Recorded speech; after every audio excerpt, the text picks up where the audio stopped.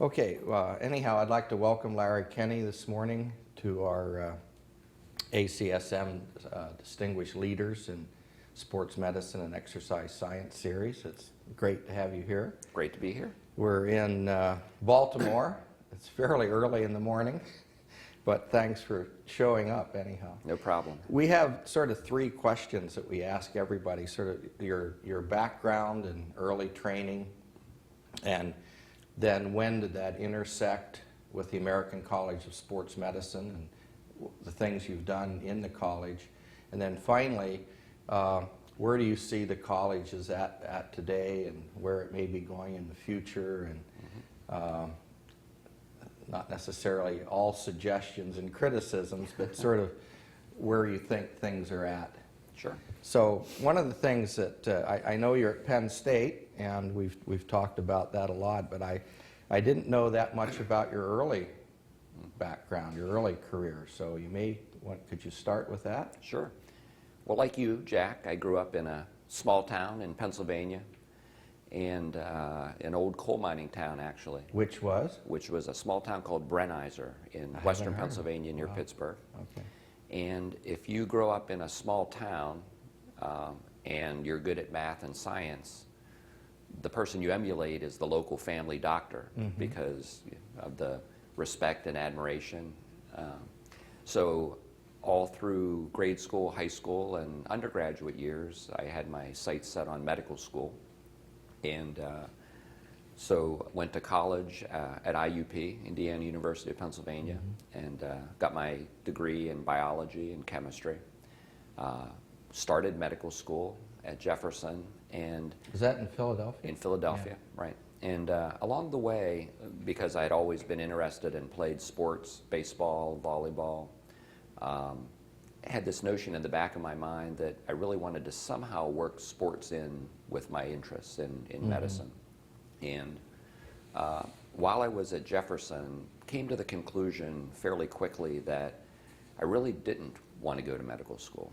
I really wanted to maybe teach and coach, and research was out there a little bit, and I thought about it peripherally, but my idea was at that time I'd go get my Ph.D. and get a university coaching job where I could teach and coach at the same time. I'd coach some volleyball and so on, and baseball. So Penn State was not only reasonably close by, but one of the preeminent places to do a Ph.D. in exercise physiology at the time. So I went to Penn State. What year was that, Larry? In 1980, fall of 1980. Okay. Started at Knoll Laboratory. So so you had gone to IUP, then to Jefferson. Correct. For a while, and then dropped out of there. Dropped out, actually went back to IUP and finished a quick master's degree. Oh, well, you didn't mention that. Which was in zoology, and my master's thesis project was on zooplankton in lakes. So I would be interested in that. Yeah, you would as a fisherman. Okay, sorry to interrupt. No problem. So 1980, fall of 1980, I plopped down at Penn State and started working in Knoll Laboratory with a faculty member named Eliezer Camon, who had two lines of research, one looking at respiratory function, specifically looking at respirators and escape from coal mines, and the other was heat stress and dehydration. Right around that same time, as you'll remember, in 1979, there was a little incident down the road from Penn State called 3 Mile Island. Oh, yeah. That happened, and Ellie got a contract with them to deal with the tremendous heat stress burden that workers were going through trying to clean up the crippled reactor building. So these guys were going in and trying to do work in an environment that was as hot as 140 degrees Fahrenheit. And they're probably wearing suits, They were wearing not only suits, but 3 layers of suits, rubber suits in some cases. And so the effect of, it would take them 3 hours to get dressed to make sure every area was taped shut and respirators were taped on. They could go in and work for 10 to 20 minutes and then come out and recover the rest of the day. So I kind of gravitated toward that area of heat stress and temperature regulation, and spent a lot of time at 3 Mile Island and other places looking at how we could improve health and safety of workers and increase productivity as well. So we did some things like medical screening. How should you screen out people who are heat intolerant, shouldn't be doing those jobs? Yeah. We created some personal monitors that would monitor their heart rate and core temperature and things while they were in the reactor building. So from a very practical standpoint, I started getting involved in what's become my lifelong area of research, which is temperature regulation. Interesting. Wow. So spent time there at Penn State and got my Ph.D. not in exercise physiology, but in physiology, which was an inter-college program, still is. And graduated in March of 1983. We had terms then, 3 terms rather than 2 semesters. And started looking around. It wasn't as common in those days to do a postdoc, so started looking at jobs and interviewing and had a number of job offers. And before I had a chance to decide where to go next, unfortunately, Dr. Kamon had a stroke while visiting Israel. And Dr. Buskirk, who passed away a couple months ago, came to me and said, would you like to stay here for a while and keep those grants running and keep things going for And he was in the Kamon's lab? Knoll lab too. Ellie Kamon or Buskirk? Buskirk was the founder of Knoll Laboratory and the physiology program. And so I decided to stick around ostensibly for a year and then 2 years, and started writing my own grant proposals and got funded and eventually got a tenure track position, and 30 years later I'm still in Knoll Laboratory. Well, when you were doing, studying the heat and so forth at 3 Mile Island, after that, did you then look at athletes, or when did you start looking at other performers, shall we say? We've done a variety of things over the years, and I've tried to keep a balance in my research portfolio between those practical aspects of temperature regulation, dealing with athletes, dealing with clothing. We've done a number of projects for Gore, for example, looking at Gore-Tex, heat exchange through Gore-Tex clothing for the military, for athletes, for industrial workers. But most of the time, and most of what we do then and now, is more basic science, health-related research. So I developed an interest early on in aging and how the elderly were less able to tolerate heat and cold. And so we've now been working on that project for 20 years, looking at everything from sweating to control of skin blood flow to cardiac function. And we've branched out now to looking at vascular function and skin blood flow in other populations, such as people with high cholesterol, people with hypertension. So most of what we do is NIH funded and health related, but we still take an occasional foray into some much more practical aspect of temperature regulation, which keeps it fun. Yeah. Well, when Buskirk made that invitation, had you known about ACSM before then? I joined ACSM in 1982 as a student member, and my first annual meeting was in Minneapolis. And as graduate students typically do, we piled about 7 of us into a minivan and drove cross-country to Minneapolis, stopping in Chicago and staying with somebody's parents, so everybody's sleeping on the floor. And showed up at Minneapolis all bright-eyed and ready to learn science. Shared a room with 5 or 6 other graduate students.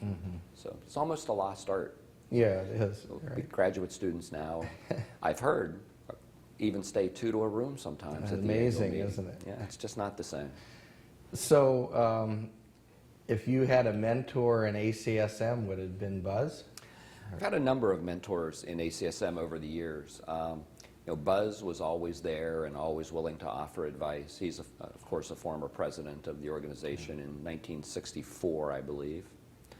But I have had a number of other mentors, both at Penn State and in ACSM. Carl Stadefald was a very strong mentor that kept me interested in the clinical side of things, and I went through certification processes to become an exercise specialist and an exercise program director, more under Carl's guidance. Which is not easy. No, it's not easy. And then within the organization, because of my area of interest, a number of other people like Ethan Nadell and Carl Gisolfi really served as mentors within the organization, and both of whom are sadly gone from the organization. But you know, just great guys, great human beings, and that's one of the hallmarks of ACSM in my mind is it really is made up of the people who not only are great scientists or clinicians or practitioners, but are also just genuinely good people, and willing to mentor students, help people out. And you and I have talked about that over the years. Yeah, absolutely.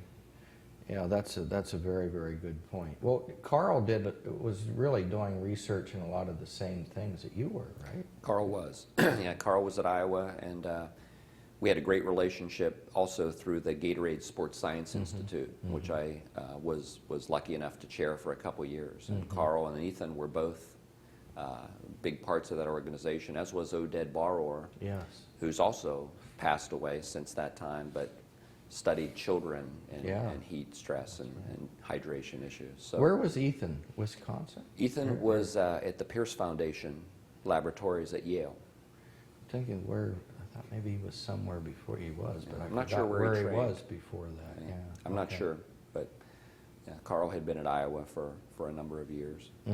So it was a great relationship, and Gatorade really fostered a lot of those meetings, and were able to bring people together, as well as ACSM, and to this day continues to be in a nice partnership with ACSM. Yeah, that's good. Well, what about now? You stayed on, and did you have graduate students right away? I stayed on. As I mentioned, I wrote a couple research grant proposals for NIH, and for some reason they decided to fund them. So there was a lot of work to do. And my first graduate students in the laboratory, because I was just coming out of a Ph.D. program and was still 24 years old or something at the time, were friends of mine in the laboratory. Almost the same age. Right. So you go through that a little bit awkward transition of, you know, these people. In most cases, my first graduate students were much older than I was.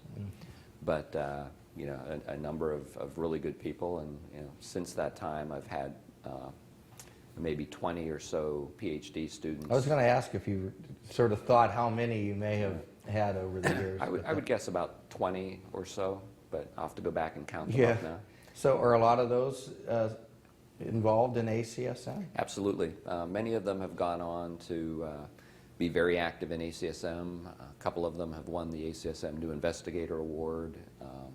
Many of them are here presenting, and ACSM annual meetings still present us with a good way to get together and talk about the good old days and make up lies and talk about things being better than they ever really were in reality. That's the value of history. It always gets better. Exactly, exactly. Well, now, have you been associated with other things in the college?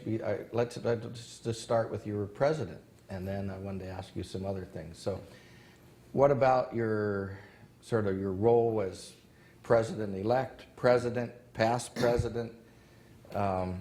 What was going on? What were some of the issues? Yeah, it's been a fun time for me in the college because I've gotten a chance, the opportunity to do a lot of diverse things. Publications? Even before publications, I spent a lot of time on what was then the certification committee. So working on helping write certification exams, and working with people like Ed Howley, who was also a big part of that group, and a number of other people. Transition to serving on the publications committee with Kent Pandolf when he chaired that committee, and then went on to chair it myself for, I think, 6 or 9 years, and in fact just rotated off at this meeting after what I think is probably 16 or 17 years serving on the publications committee, with great leadership by people like Mark Robertson and a number of other people. I ran for the Board of Trustees at some point and spent 2 years as a trustee before running for vice president and moving up through. Darn it, you keep ranks. winning, right? Yeah, like every election, you're happy that you win, you're relieved if you lose. But yeah, things have gone well, and I've really enjoyed the camaraderie of the organization, the people that I've worked with over the years. I was president-elect in 2002, 2003. Ed Howley was the president who immediately preceded me, and Ed and I are close friends, and so it was a pleasure working with Ed. As you know, as president-elect, your biggest job is to chair the program committee and program for the next annual meeting. And that meeting for me was the meeting in San Francisco, which until this meeting in Baltimore that we're currently sitting at was the most well-attended of all the annual meetings. Wow. Okay. And yeah, San Francisco is a great venue, and I'm sure that... It was the program. It was the program.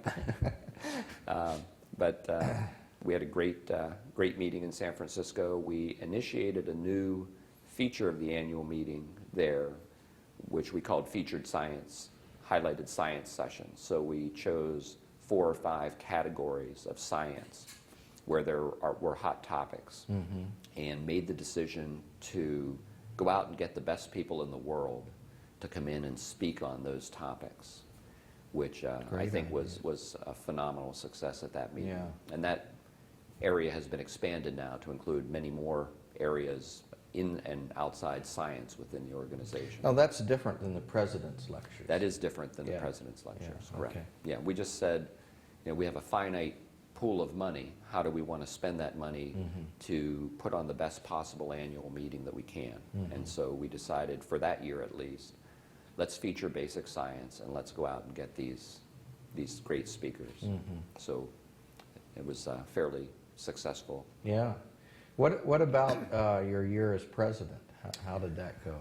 You go into those things with some trepidation. ACSM is a huge organization, very diverse, but the staff at the national office the staff is just amazing. Is tremendous, and they're really the people that make things go smoothly. The same advice I've given to a number of people who have run for that office subsequently that I took, which was you can do as much or you can't do little. You can put in as much time as you can based on the fact that we all have other day jobs and full-time commitments. And the staff works with you tirelessly to help and fill in those gaps. Yeah, absolutely. I would say because you only have 1 year as president to try to make an impact, you go in with kind of limited areas that you want to help move the organization in. And for me, one of the things that I really wanted to work on was the diversity of the organization. And so we laid out a couple goals, one of which was to increase the number of minority students who attend the annual meeting, increase the number of minority members of the organization, and then help those minority members advance through fellowship to be able to serve in leadership capacities. And then the second prong of that diversity initiative was to look at our gender makeup of the organization and help some of our women members advance through the fellowship ranks and take on those same types of leadership opportunities. And I would say, looking back, I was just going to ask you that. if there's one success that I am willing to hang my hat on, although I didn't do the hard work and the heavy lifting and pulling in those regards, I think we've made great strides. At this annual meeting, under the leadership of Nicole Keith, who chairs the diversity committee, we've had tremendous diversity initiatives. We have minority fellowship opportunities where students and young professionals of color can come to the meeting at a reduced cost and interact. We had a great diversity reception at this meeting. And Nicole has put together a phenomenal stepwise progression opportunity that helps those individuals move up through and attain fellowship and move into the leadership ranks of the organization. So that's really moving along. And we have another woman that is president-elect. We have another woman who's president-elect, and my understanding is There are 2 women running for president That was in what the I upcoming heard election. too, yeah. It could be the It's all first hush-hush, but- back to back, right? Yeah. Yeah, it'll be great. You know, like I said, there is a limited time and limited opportunity, and people have asked me that question before. You know, as president, when you look back, Yeah, do you feel like you did anything worthwhile? And usually, I can't think of many, but Right. that's one that I think really has been sustained. And again, it's not my hard work and effort. It's people like Nicole Keith and a number of other people who have worked very hard. and generally it takes a while too. I mean, you can start it, but it takes a does. while to work through. Well, we're sort of running out of time quickly. I just wanted to give you an opportunity to look at sort of where we've been and where we're going and sort of the state of the college. And do you have any thoughts about where the college is now and where it should go? Or? Well, it's certainly evolving rapidly and growing exponentially. Yeah. I don't know what the latest membership numbers are, but Seems bigger. it's huge. You know, I've heard direct stories from people like Buzz Buskirk about the early meetings where everybody Well, assembled in one room. Yeah. And now, you know, we're up in the 5,000 to 6,000 range for attendees at the annual meeting, and tens of thousands of members in various categories. ACSM started out as a basic science and clinical practice organization. The founders were physician scientists, and we've certainly evolved into a number of areas from that, including fitness professionals, health professionals, public policy, advocating physical education in the public schools, and it's a very broad-based and large organization. And seems to be getting... Seems to be getting bigger and broader all the time. Right. But it's still you know, one of the 2 main organizations that I would hate to miss the annual meeting on a regular basis, simply because this is where my friends and colleagues gather to learn a little bit and to tell old war stories Right. about the way things were back in the day. Right. Yeah, and you're right. I think too, it's just a really nice group of people. It is. They're just friendly and helpful. So. Well, anyhow, thank you, Larry. Thanks, It was- Jack. The time goes very fast, and appreciate it. Thanks was fun. for chatting. Thank you.